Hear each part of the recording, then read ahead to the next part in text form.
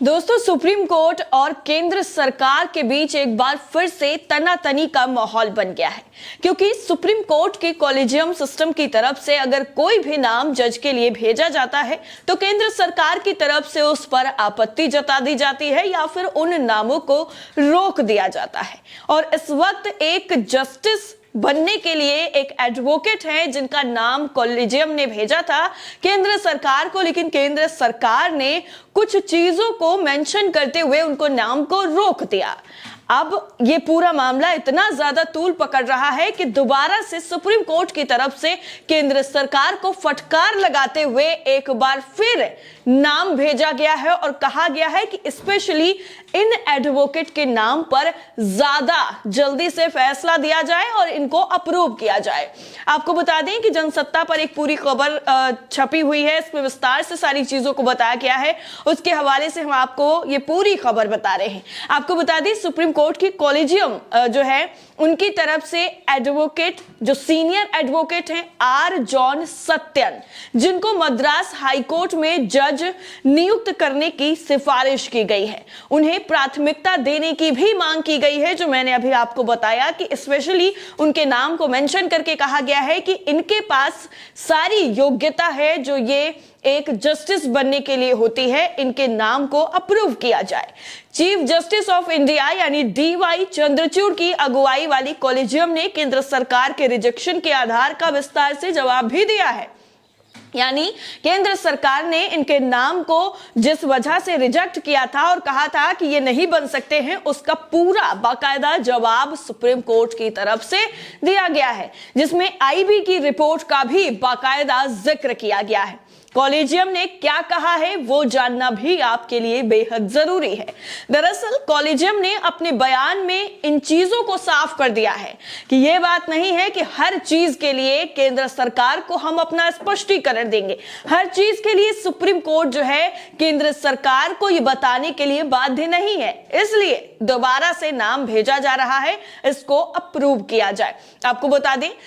Collegium ने अपने एक बयान में कहा है कि 17 जनवरी को दोबारा हुई बैठक में यह तय किया गया है कि एडवोकेट आर जॉन सत्यन को मद्रास हाईकोर्ट में बतौर जज नियुक्त करने की सिफारिश को दोहराया जाएगा। यानी केंद्र सरकार की तरफ से रिजेक्ट करने के बाद भी उनका जो नाम है वो हटाया नहीं जाएगा। कॉलेजियम ने उन्हें बतौर जज नियुक्त के लिए बिल्कुल सुटेबल पाया है, इसलिए उनके नाम को दोबारा से सामने रखा गया है। लेख शेयर करने से कैरेक्टर पर सवाल नहीं खड़ा किया जा सकता है। और इसके साथ साथ एक और चीज कही जा रही है कि एक पोस्ट जो है वो उनकी तरफ से शेयर किया गया, जिसकी वजह से उनको जस्टिस नहीं बनाया जा सकता है। अब CJI DY Chandrachud, justice KM Joseph और जस्टिस संजय किशन कौल की तरफ से जारी बयान में जवाब देते हुए लिखा गया है साफ तौर पर कि आईबी ने अपनी रिपोर्ट में कहा है कि एडवोकेट आर जॉन सत्यन ने द क्विंट के एक लेख को शेयर किया था, जिसमें प्रधानमंत्री नरेंद्र मोदी की आलोचना की गई थी। दूसरा लेख एक मेडिकल स्टूडेंट के सुसाइड से जुड़ा हुआ था, जिसमें उसकी मौत के लिए सरकार को जिम्मेदार ठहरा दिया गया था। कॉलेजियम के सभी सदस्यों की एडवोकेट सत्यन के बारे में यही राय है कि वो बिल्कुल सुटेबल हैं। आईबी ने अपनी रिपोर्ट में भी माना है कि उनकी व्यक्तिगत छवि या फिर गरिमा के खिलाफ कुछ नकारात्मक नहीं मिला है। यानी आईबी रिपोर्ट पूरी तरीके से तैयार की गई है, उनके पूरा का पूरा सारी चीजों को देखा गया है, उसमें तो ये पाया गया है कि उनके खिलाफ किसी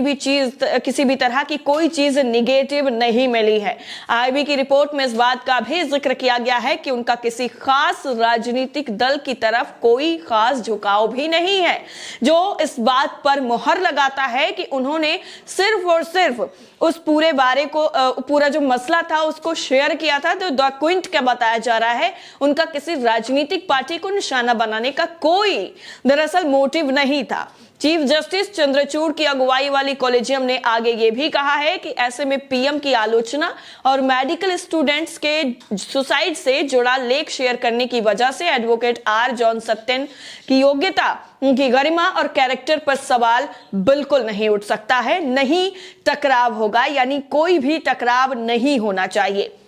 इसको ध्यान में रखते हुए कॉलेजियम की राय है कि advocate R John Satyan Madras high court में जज के तौर पर नियुक्त होने के लिए पूरी तरह फिट और सुटेबल हैं, इसलिए दोबारा से केंद्र सरकार को उनके नाम पर विचार करना होगा और स्पेशली जो चीजें कही गई हैं उनका ध्यान भी रखा जाएगा। क्योंकि अभी हाल ही में आपने देखा होगा कि सुप्रीम कोर्ट की तरफ से और कानून मंत्री की तरफ से कई बार ऐसी चीजें सामने आ गई हैं जिसमें टकराव की जो स्थिति है, जो रस्साकशी का खेल है, यानी साफ तौर पर सुप्रीम कोर्ट की तरफ से कॉलेजियम की बेंच की तरफ से यह कह दिया गया है कि किसी की तरफ से अगर जो पोस्ट किया गया है उस पोस्ट के आधार पर इस तरीके से आप उसके नाम को रोक नहीं सकते हैं। आप उनको जस्टिस बनने से रोकने का अधिकार आपके पास नहीं है। अधिकार तब होता है जब वो इस पूरी पोस्ट के लिए सुटेबल नहीं होते, इस पूरी पोस्ट को लेकर के उनका कुछ निगेटिव निकल के आता या फिर किसी राजनीतिक पार्टी की तरफ उनका काफी ज्यादा झुकाव होता है। इस वजह से केंद्र सरकार को जो सुप्रीम कोर्ट के कॉलेजियम बेंच की तरफ से फटकार लगाई गई है और वो साफ तौर पर चीजों को कर दिया गया है जो चीजें अभी तक अधर में लटकी हुई हैं। आपने अभी कई बार पहले भी देखा होगा कि सुप्रीम कोर्ट की तरफ से यह कहा गया कि कई बार उनको जो लिस्ट है नामों की भेजी गई है कि इनको जज बनाना है, इनको कहीं और का जज बनाना है, इनको चीफ जस्टिस बनाना है दूसरे जो राज्य का, लेकिन उन सभी नामों को केंद्र सरकार ने कोई ना कोई वजह जो है देकर के रोक दिया है। लेकिन इस बार शायद ऐसा